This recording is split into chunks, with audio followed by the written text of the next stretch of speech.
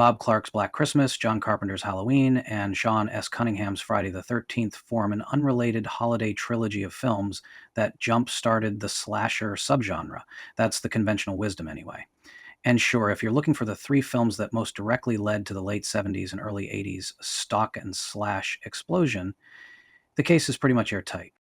But these were nowhere near the first movies about madmen with knives paring down a cast of unaware victims. In fact, the movie Mad Men has been with us since the very beginning. The precise conventions took a while to take shape, but if you've never seen any of the films that laid the groundwork, you may very well be surprised by how much cutting and pasting has gone on over the years. I'm going to put Mr. Hyde and Eric the Opera House Ghost aside for the purposes of this discussion, though you could certainly make a case for both of them being early progenitors. I'm also not inclined to include Fritz Lang's M in the talk, not because Peter Lorre's Hans Beckert fails in any way to meet the criteria, but because the structure of the film is more akin to David Fincher's Seven or Zodiac, with concerns for society far more the focus than the actual child murders. No, I'd place 1933's Night of Terror as the first true proto-slasher. There's some mad scientist shenanigans used as a framing device, but the beating heart of the film is the story of a cloaked maniac with a knife, gradually depopulating a house full of a rich family and their servants. Very consistent with its era, the whole thing is an inheritance plot gone wrong.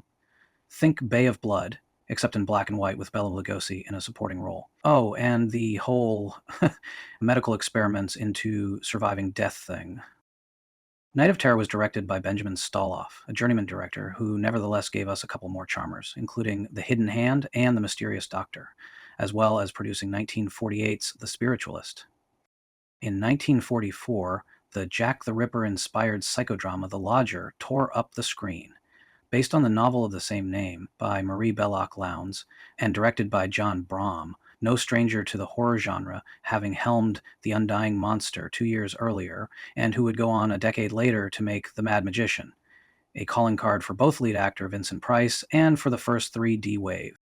The Lodger is about as atmospheric as horror gets, rivaling the work of Val Lewton and Jack Clayton. That's a major compliment considering that it's nominally a remake of Alfred Hitchcock's silent 1927 feature, but there's a sense of perversity and real danger in the later film. And while it's not gory in the least, its level of visceral violence is a clear escalation from earlier psychodramas. 1955's Dementia, also known as Daughter of Horror in a different cut, gave the slasher movie its look and feel. Featuring zero dialogue, at least in its original form, it tells the story of a woman wandering a dangerous city at night. She runs across a number of men, all with very ill intent. While it doesn't feature a traditional slasher villain, the staging of all its major suspense sequences, and there are many, are shot in the unmistakable style of the third act Final Girl Chase.